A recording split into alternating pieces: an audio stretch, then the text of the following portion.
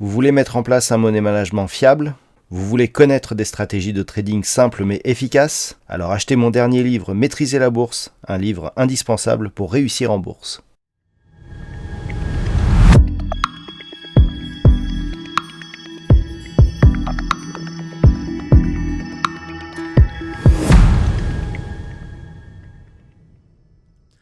Bonjour à tous et bienvenue sur boursicoté.com pour cette nouvelle analyse technique du CAC 40 en clôture avec une séance qui s'est bien reprise au final, mais malgré tout on reste encore une fois sur une progression baissière, donc malgré ici ce gap ouvert dès le début de la séance, donc gap baissier qui avait permis un franchissement de la zone des 6522 points.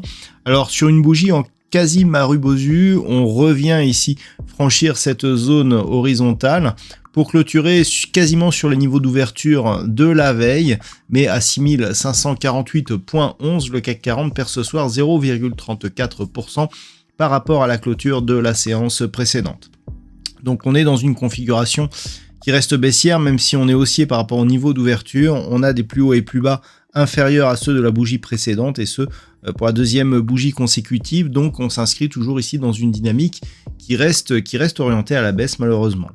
Du point de vue des indicateurs techniques, nous sommes dans une configuration qui est en train de se neutraliser. Sur les histogrammes du MACD, c'est très net ici sur ce graphe. Le RSI, quant à lui, reste neutre et oscille autour de sa zone des 50. Du point de vue des volumes, c'est fortement inférieur à la moyenne. Donc, malgré ici cette bougie qui semblerait être empreinte de conviction, eh bien pas du tout. On est vraiment sur un repositionnement ici dans la phase de neutralité. Alors, ce gap ici, il est important puisque on avait déjà eu un gap baissier hier, on était venu tester la zone des 6522 points et puis finalement on était revenu clôturer en légère hausse. Là, on a un gap baissier, on comble de la même manière, on clôture au-dessus de la même manière, quasiment sur le plus haut de la séance, on est même sur le plus haut de la séance sur celle-ci, mais hier on était pas loin. Et au final, eh bien, cela n'a pas empêché d'avoir une baisse et donc sur un gap la journée d'après.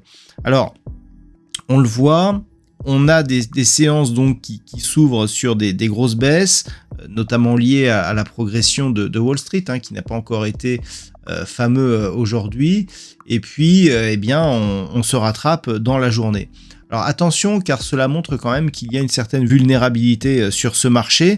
Le fait d'avoir refranchi ici cette zone des 6522 points. Alors certes, on n'a pas eu le retour de la volatilité, mais c'est essentiellement dû au fait que on est repassé au-dessus de cette zone.